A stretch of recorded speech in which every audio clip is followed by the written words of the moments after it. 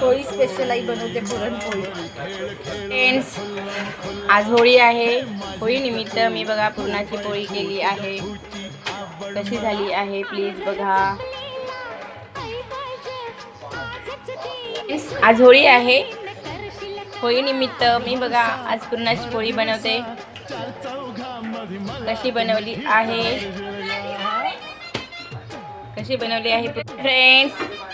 आज बघा होळी आहे। होळी निमित्त आम्ही पुरणाची पोळी बनवली आहे। ही बघा।